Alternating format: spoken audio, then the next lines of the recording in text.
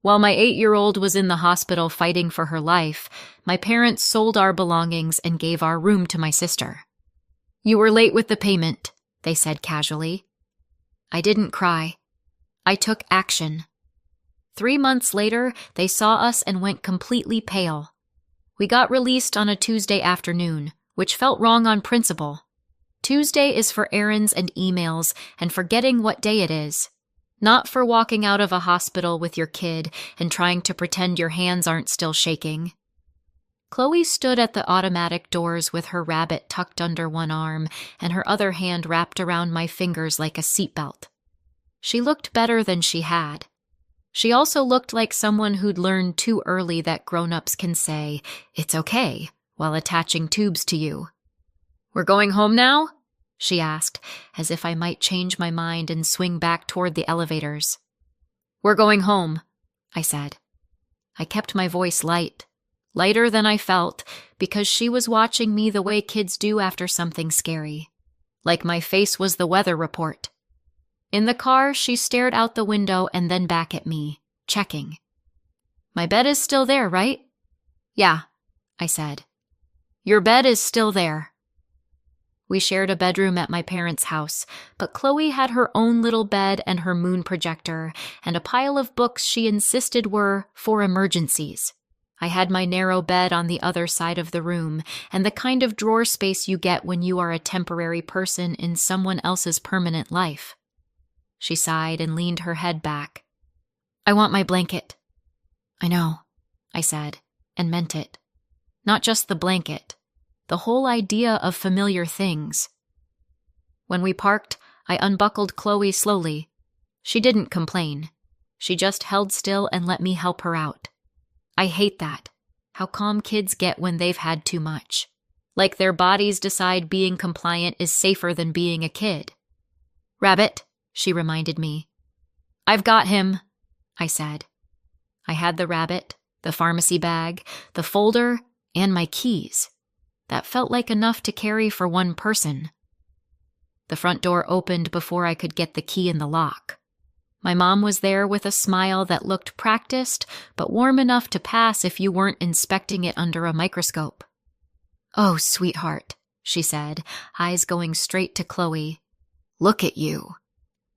My dad hovered behind her, one hand on the door frame like he was waiting for instructions. My sister Megan stood in the hallway. Her son Aiden was beside her, quiet and watchful. For a split second, my brain did the normal thing. They knew we were coming. They're here. They're being decent. Chloe's face brightened in that careful way she'd developed lately, like happiness was something you tried on first to see if it hurt. "Hi," she said. "Hi, honey," my mom said. She touched the top of Chloe's head lightly, like Chloe was made of glass. "Come inside. It's cold." Chloe leaned toward the stairs immediately, rabbit pinned to her ribs. "Can we go to my room now?" "Yeah," I said, relieved to have something simple. "Let's get you settled. Blanket first." I shifted the pharmacy bag higher on my arm and stepped forward. My mom's hand landed on my elbow. Not a grab. A pause. Like a polite person stopping you from stepping into traffic. "Jenna," she said, still smiling. "Before you go up, do you have somewhere to sleep tonight?" It took my brain a full second to process the sentence. "What?" I said. "Tonight," she repeated gently, like I was the one being confusing. "Where are you staying tonight?" Chloe's fingers tightened around the rabbit's ear. She looked between my face and my mom's. "We live here," I said. The words came out flat, because that's what facts sound like. My mom nodded as if we agreed. "Right, and about that." There it was, the little tilt in her tone, the "you're not going to like this," wrapped in politeness. My stomach tightened. "About what?" My mom exhaled softly. "Megan's been using your room." I stared at her. "My room." "The room you were using," she corrected immediately, like she could edit reality with vocabulary. Chloe's head lifted. "My bed is in there," Megan's eyes flicked away. Aiden suddenly became fascinated by the stitching on his own sleeve. My dad cleared his throat. "Jenna, no," I said, quiet but sharp. "Explain it." My mom's smile stayed. It didn't crack. It just held. "You weren't here for 2 weeks." "I was in the hospital." "Yes," she said quickly, like she was agreeing with me. "And during that time, you weren't using the room." The sentence felt insane in my mouth, like saying it made me complicit in it. "And you didn't pay your monthly contribution," she added, still soft. There it was. The reason. The hinge. "I told you I'd pay later," I said. "I was focused on Chloe." "I understand," my mom said, and the way she said it made my skin crawl because it sounded like something she'd say to a cashier about a coupon that expired. "But we couldn't keep things empty." Chloe's voice was small. "We didn't leave. I was sick." I tightened my arm around her without thinking. Mother bear. Automatic. "What did you do with our stuff?" I asked. My mom blinked like she hadn't expected me to go there so fast. "Most of it is boxed." "Boxed where?" "In the garage," my dad said, like he was offering helpful directions. "Most?" I repeated, because that word was sitting in my throat like a stone. My mom's smile shifted. Barely. "We had to sell some of it." Chloe blinked hard. "Sell my stuff?" "It wasn't being used," my mom said casually, like that was a normal thing to say to a child holding a hospital discharge folder's worth of trauma. My mouth went dry. "What did you sell?" my dad answered, like he'd rehearsed it. "The game console, the tablet, the headphones." Chloe went very still. Not tears, not anger. Just blank shock, like her brain stepped back to protect her. "My headphones?" she whispered. Megan jumped in, voice quick and bright, trying to plaster over the moment. "Jenna, it wasn't like we wanted to. Money was tight and Aiden had his deposit due." "Aiden's deposit," I repeated. Megan nodded, relieved to have a justification. "For his competition. Non-refundable. We needed it by Friday." I stared at her, then at my mom. "So, while Chloe was in the hospital, you sold her things to pay for Aiden." My mom's smile widened a fraction, like she was offended by my wording. "You missed your contribution." Chloe's hand slid into mine, tight enough to hurt. "Show me the boxes," I said. We walked to the garage. The garage smelled like dust and cold concrete. Stacks of boxes lined one wall. Some had my kid's name on them in thick marker. Chloe, clothes, Chloe, books, written in my mom's handwriting. Chloe reached out and touched the letters with 2 fingers. "That's my name." "I know," I said. Behind us, my mom followed like this was a reasonable tour. "We kept the important things." "Like what?" I said before I could stop myself. "The stuff that doesn't have a resale value?" My dad's jaw tightened. My mom's smile flickered. Then it came back, brighter, as if she'd just remembered she was supposed to look kind. "Megan needed help," she said. I turned my head slowly. "Megan lived somewhere else." Megan lifted her chin. "Rent is expensive." "So is a hospital," I said. My mom stepped in smoothly, like she always did when things started getting uncomfortable. "Jenna," she said, "there's no reason to turn this into a confrontation." I didn't raise my voice. I didn't move. "So," I said, keeping my eyes on her because Chloe was right there. "While Chloe and I were in the hospital for 2 weeks, you moved Megan and her son into our room." My mom made a small, precise motion with her hand. "No," she said. "Not exactly." I paused. "We moved Megan into your room," she continued calmly. "Aiden is in the guest room." There was a beat where my brain tried to understand why that distinction mattered. "The guest room," I repeated.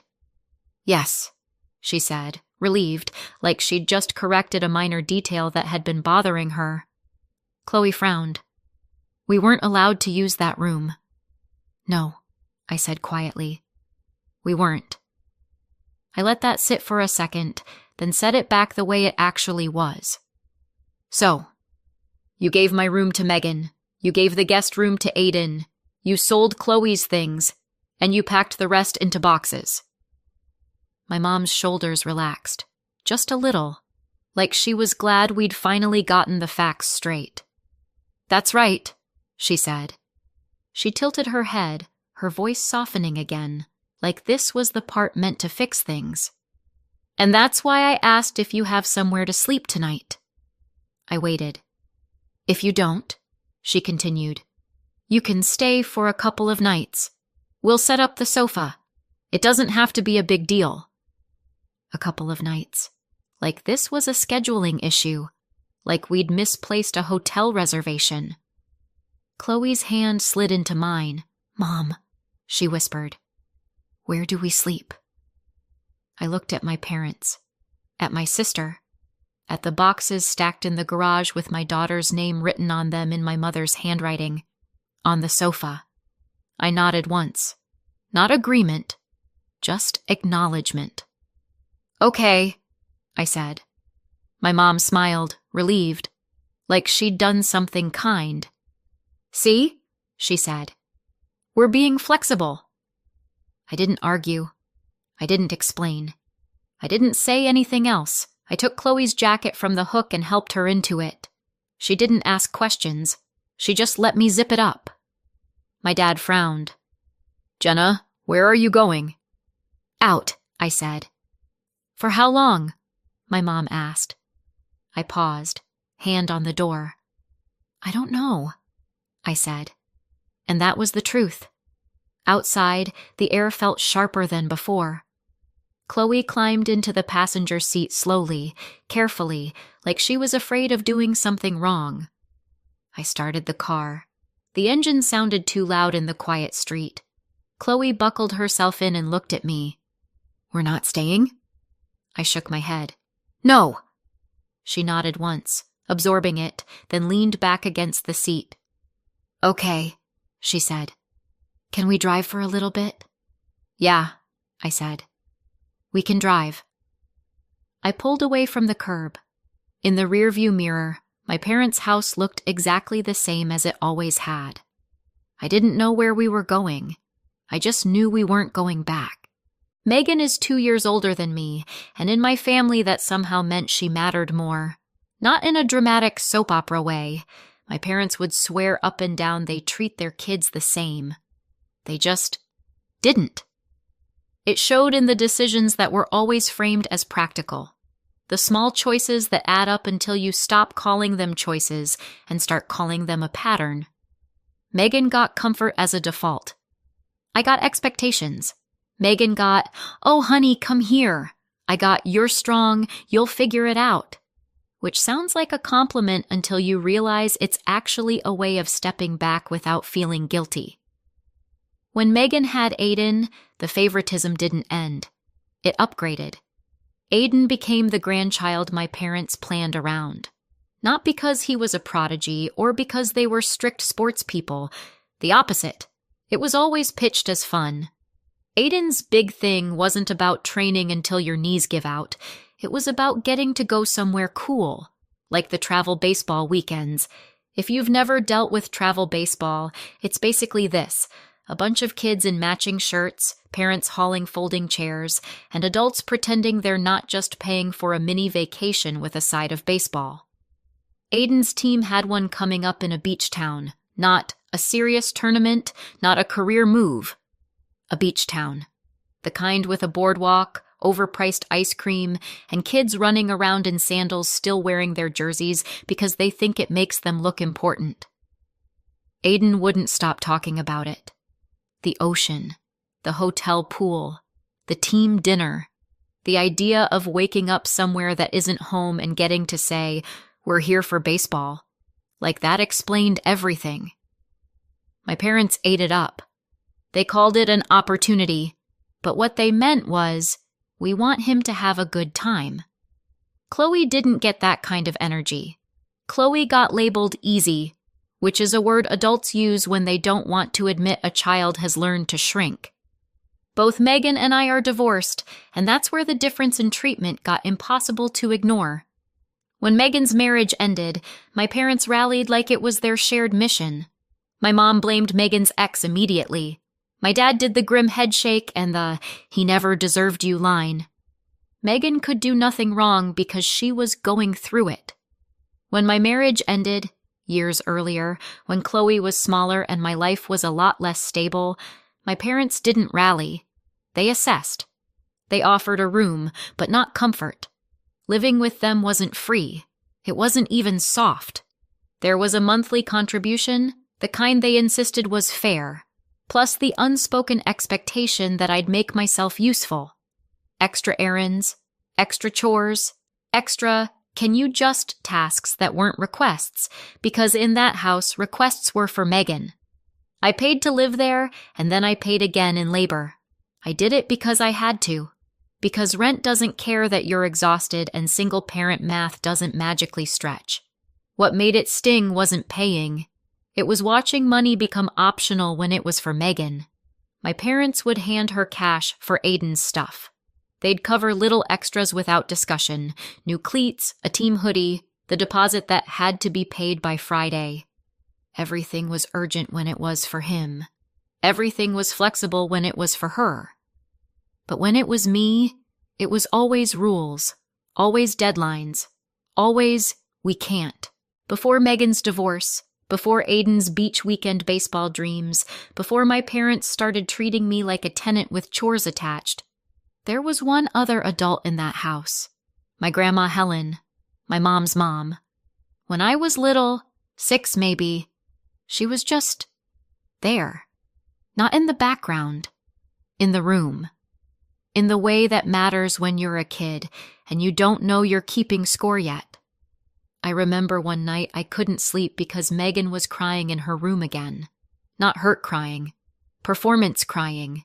The kind that made my mom rush in like the house was on fire.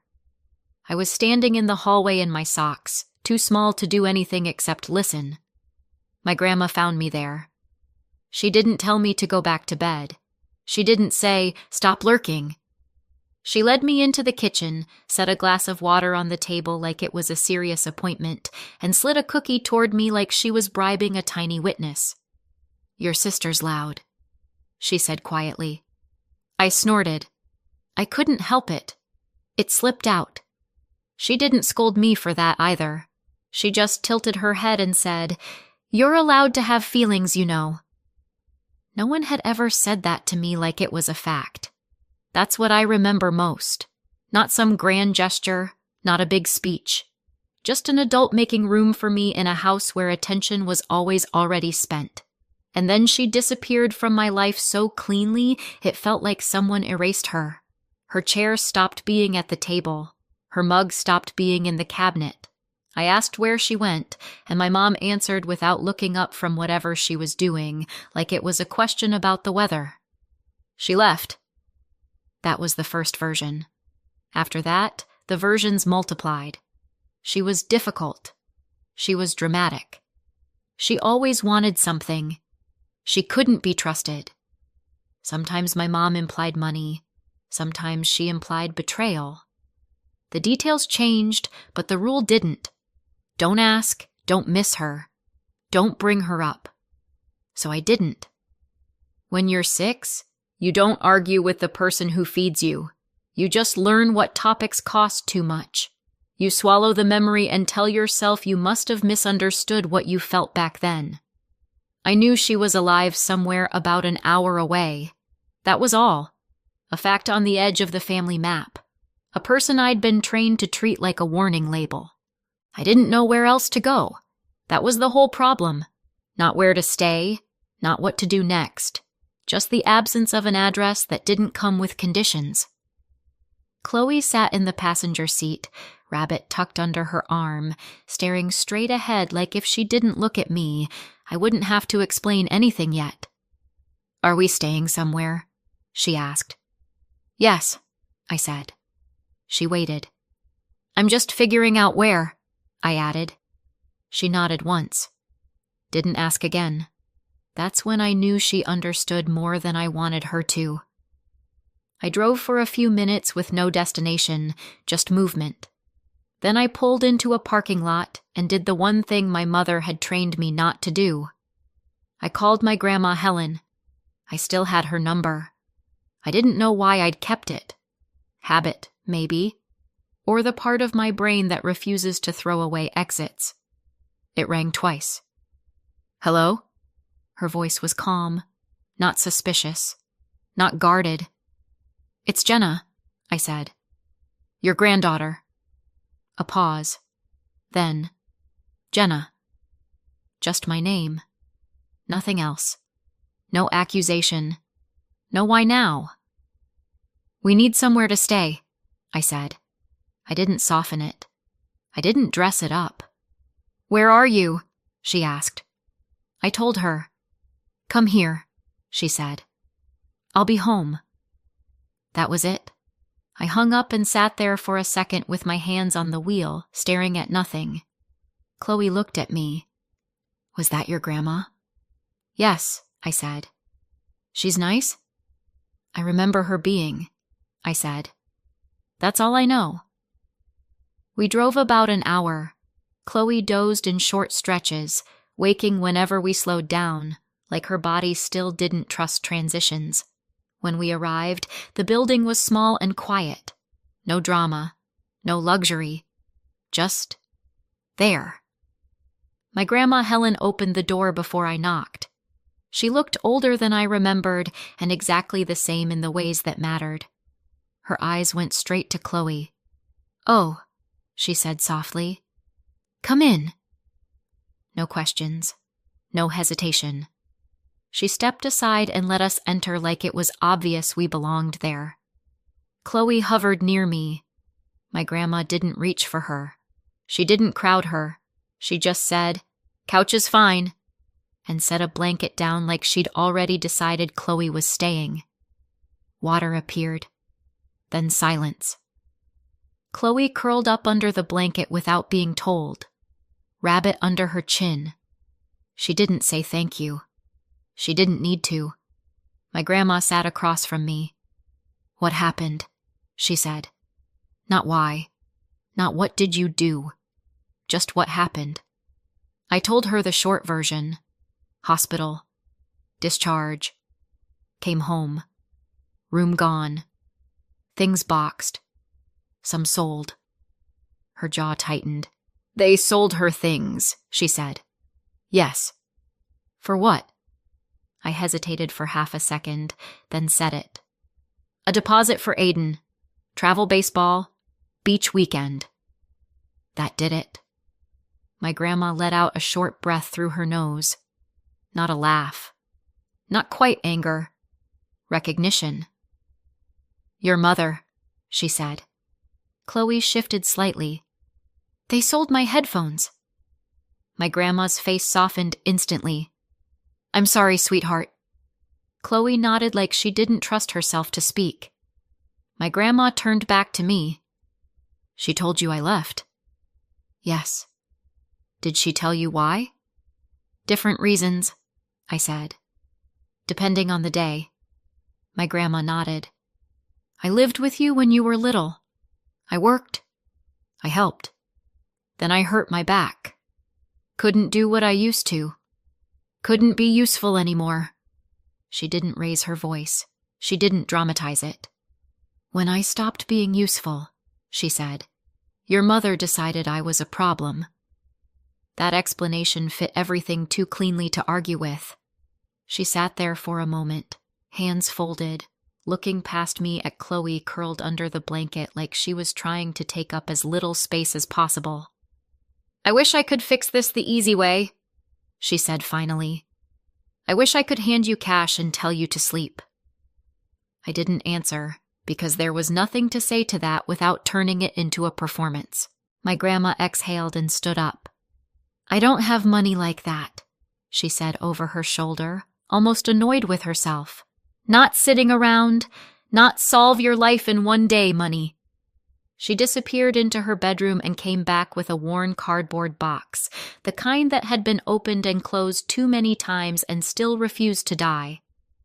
My husband kept some old certificates, she said, setting it down carefully. I never dealt with them. Most of it is probably worthless, but I don't know. Maybe there's something in here that helps, even if it's just enough to get you stable for a month. She glanced at Chloe, then back at me, like she was offering this with both hands and no pride left in it. I thanked her, because it was the only thing I could do without cracking. That night, after Chloe finally fell asleep, Rabbit tucked under her chin, breathing even again, I sat at the small table with the box in front of me and my phone beside it. I opened the box and immediately understood one thing. I had no idea what I was looking at. They weren't checks. They weren't cash. Just old paper with company names on them. Some of them sounded familiar. Most of them didn't. So I started looking them up. One by one. Most went nowhere. Companies that didn't exist anymore. Names that led to dead pages or collector forums. A few were technically worth something, but nothing that would change anything. Enough to buy groceries, maybe. Enough to feel disappointed. Then I pulled out one that said, Apple Computer Inc. I stopped. Not because I know finance, because I know what Apple is. I checked the paper again, just to make sure I wasn't misreading it. There was a note attached, faded but clear. $400. I looked it up, expecting maybe a few thousand if I was lucky. Enough for a deposit somewhere cheap. Enough to breathe for a month. That wasn't what came up. What came up was a very simple explanation. Shares bought decades ago don't stay the same. Over the years, they multiply. I did the math. If he bought about $400 worth back then, that was 18 shares. Those 18 shares had turned into 4,032 shares. I pulled up the current price. I typed it in. I stared at the number on my screen until my eyes stopped trying to reject it. $1,090,051.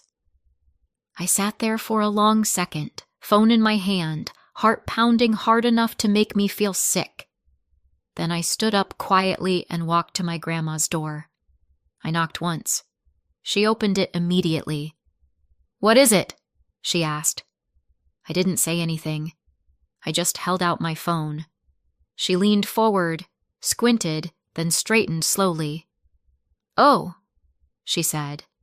Not excited, not happy, just stunned. Because some numbers don't feel like money right away. They feel like a way out. 3 months later, I was standing in a house that belonged to us. I still had trouble saying that sentence without mentally adding "for now" at the end. The weeks after that night blurred together in a way that didn't feel dramatic so much as administrative. Phone calls, meetings, forms, a lot of waiting while people confirmed, reconfirmed, and then confirmed again that yes, the numbers were real, and yes, everything checked out. I didn't feel lucky. I felt suspicious. Every step came with this underlying sense that someone was about to tap me on the shoulder and say, "Sorry, this was a misunderstanding," but no one did. We didn't sell everything. We didn't need to. My grandma was firm about that. We sold a small part, just enough for a down payment, and left the rest alone. The idea was stability, not spectacle. The house wasn't enormous. It wasn't flashy, but it was solid, quiet. The kind of place where you could close the door and not feel like you were borrowing oxygen. Chloe picked her room first. She chose it carefully, like she was afraid someone might change their mind if she moved too fast. When she finally put the rabbit on the bed and looked up at me, she smiled. A real one, not the careful version she'd been using since the hospital. "This one," she said. Helen moved in with us without ceremony. Ground floor bedroom, fewer stairs, practical choices that didn't need to be justified. It felt natural in a way I didn't question. What did surprise me was how long it took for the disbelief to wear off. Even after the boxes were unpacked, even after Chloe started sleeping through the night again, I'd still catch myself standing in the hallway, half expecting someone to tell us we had to leave. The only contact I had with my parents during those 3 months was transactional. One trip back to their house, one silent unloading of boxes from the garage.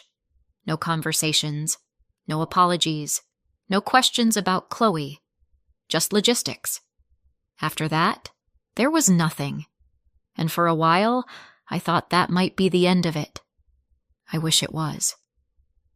I was in the driveway watching Chloe draw chalk shapes on the pavement when I saw my parents walking down the street. I shouldn't have been surprised. We'd stayed in the same school zone so Chloe wouldn't have to change schools. Same grocery store, same sidewalks, same everything. It was always going to happen eventually. I just didn't expect that day. At first, they didn't see me. They were talking, walking slowly, like people killing time. Then my mom glanced up. She slowed. My dad took another step before realizing she wasn't beside him anymore. They both looked at the house. Not at me. At the house. I stayed where I was. Chloe kept drawing, crouched low, completely absorbed. My mom crossed the street first. "Jenna?" she said, uncertain now. "What are you doing here?" "Hi," I said. My dad frowned slightly. "Are you visiting?" The question landed exactly where it should have. "No," I said.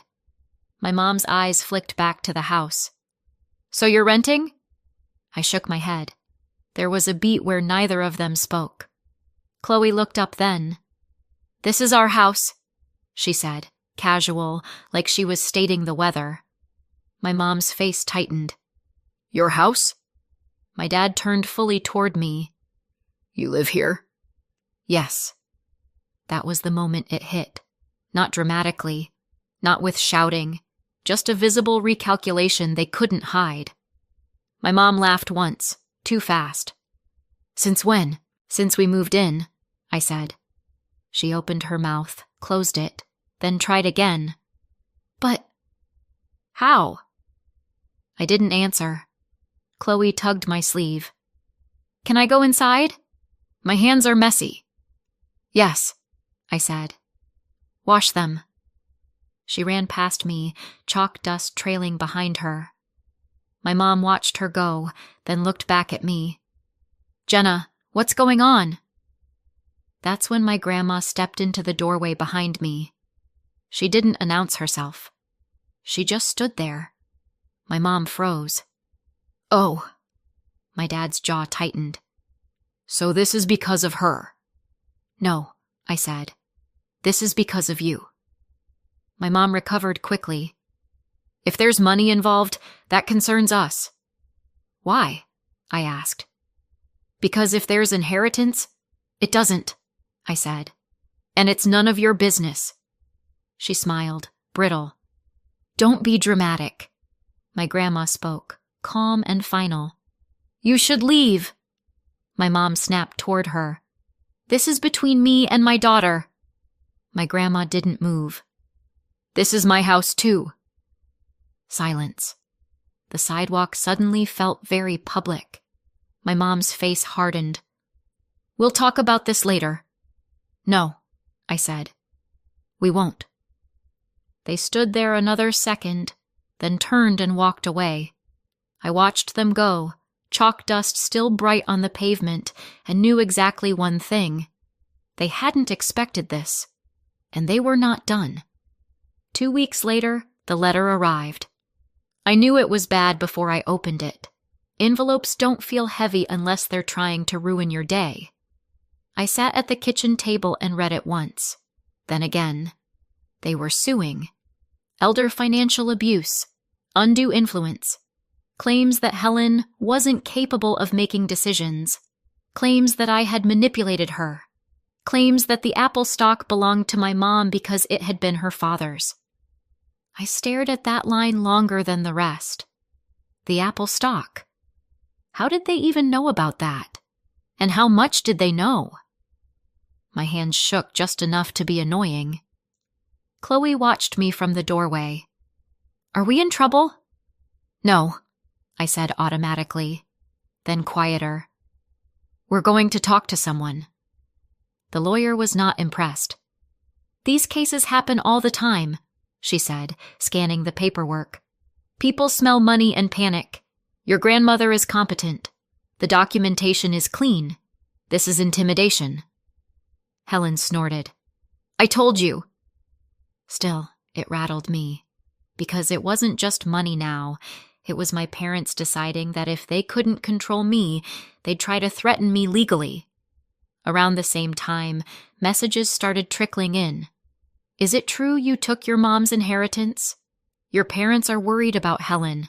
This doesn't look good, Jenna. Smear campaign. Soft launch." I didn't respond. I didn't need to. The truth doesn't require a press release. Then Chloe broke. She came home from school quiet one day, sat on the couch, and didn't touch her snack. "Aiden kept asking questions," she said finally. "What kind of questions?" "About the house. About money." She swallowed. "I told him about the apple stock." My stomach dropped. "What exactly did you say?" "That it was from great-grandma. That it was a lot. I didn't say numbers." She looked at me, eyes filling. "Is that why Grandma and Grandpa are mad?" I pulled her into my arms. "No, this is not your fault." "But, Chloe," I said firmly, "adults are responsible for what adults do, not kids." She nodded against my shoulder, still shaking. That night, Helen made a decision. She moved the remaining stock into a trust, named me the sole beneficiary. Clean. Locked. No room for interpretation. "They don't get to scare you," she said. "Or her." I slept that night, for the first time in months. The lawsuit unraveled faster than I expected. Not in a dramatic way, in a quiet, procedural way. My lawyer asked for documentation. Medical evaluations were submitted. Timelines were laid out in plain language. Then the letters stopped coming. No new filings, no follow-ups, no next steps. A week passed. Then another. When I asked my lawyer what that meant, she said, "It usually means they don't want to keep pushing." After that, the tone changed. What had been accusations turned into misunderstandings. What had been urgent became vague. And eventually, there was nothing. I didn't let it end there. After the lawsuit fell apart, I filed a separate claim, small, specific, and very boring on paper, for what they had actually taken. The things they sold while Chloe was in the hospital. Not emotions, not trauma, not family dynamics. Just property, inventory, dates, receipts, a list of items with price tags attached. My lawyer warned me it wouldn't be dramatic. She was right. It wasn't. They pushed back at first. Not aggressively, just enough to pretend they were offended. Then the paperwork kept stacking up, and the pretending stopped. A few weeks later, the check arrived. It wasn't a fortune. A few $1,000s, roughly what they'd made selling Chloe's game console, tablet, headphones, and the rest of the things they decided she wasn't using.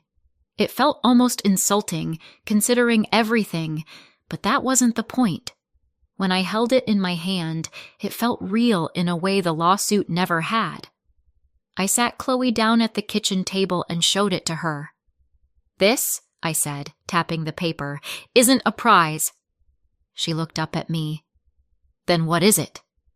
"It's proof," I said, "that what they did was wrong, and that people don't get to do that to you." She thought about that for a second, then nodded. "So they can't do it again?" "No," I said. "They can't." Word got out. Not about money, not about stocks, not about numbers, but about behavior. About selling a child's things while she was in the hospital, about pushing a single mother out and calling it fairness. About how my grandma had been treated years earlier when she stopped being useful. No announcements, no exposé, just the quiet way people stop answering messages, stop inviting you over, stop defending you when your name comes up. My parents stopped calling after that. Not dramatically, just completely. Relatives stopped whispering. The questions dried up. The noise faded the way it always does when there's nothing left to justify. Sometimes I still stand in the kitchen and feel that disbelief flicker. From a garage full of boxes to this. From a sofa offered like charity to a front door I control. And every now and then, when Chloe laughs too loud or my grandma hums while she waters the plants, I think about how close we came to disappearing. And how we didn't. Not this time. So what do you think? Did I go too far or not far enough? Let me know in the comments and subscribe for more.